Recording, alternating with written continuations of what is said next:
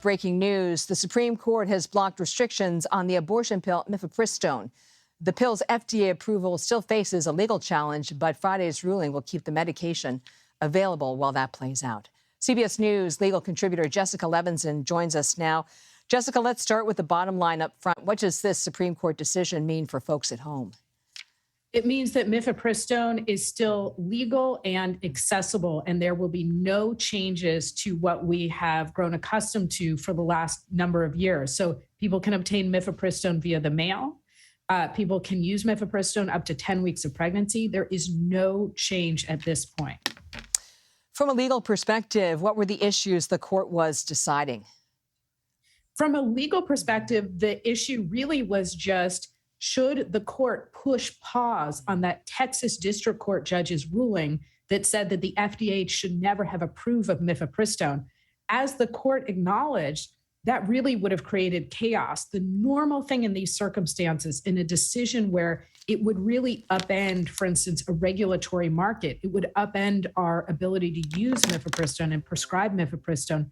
The legal default is to say, let's maintain the status quo while the case is being appealed. And that's exactly what is going to happen now. By a vote of 7-2, the Supreme Court said, keep the status quo. The case will now be heard, I believe, before the Fifth Circuit in about 2 weeks. Okay, so it sounds like the appeals process may be fairly fast-tracked. Absolutely. The Fifth Circuit already ruled on this. They would have imposed a partial stay. The Supreme Court today imposed a full stay.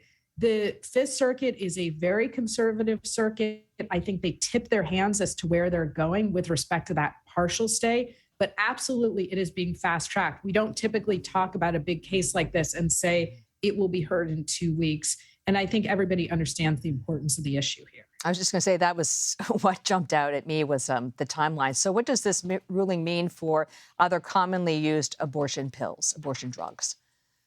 So nothing in the sense that we're now just maintaining the status quo, but I do think it sends a signal to other potential challengers that at least the Supreme Court was not willing to allow this particular case to go into effect until it is a final ruling. Now, the real thing to look to is once the case is in fact heard on the merits. This was just, should we push pause on the Texas District Court's ruling or not? But once we hear it on the merits, then the court weighs in on the substance. That will tell us what happens for other drugs. So it's just to decode it, it sounds like it's really a two-step process here. We have this initial decision on the sort of pause, and now there's going to be a weighing of the merits of the argument.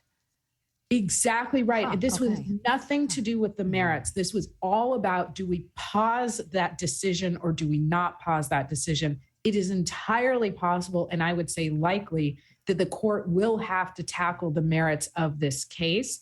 Again, this is just about whether or not that preliminary injunction nationwide goes into effect, which frankly would have created some real chaos, in part because people have relied upon this approval of Mifepristone for a long time. But in part, as you and I have talked about before, there's another district court judge out of Washington State who had essentially a contrary ruling, who said, don't make any changes, FDA, to the availability of Mifepristone, maintain the status quo. That case applies to 18 jurisdictions, 17 blue states and the District of Columbia. So it really would have created legal chaos to have two different rulings pointing in opposite directions. Jessica Levinson, thank you as always for your legal analysis.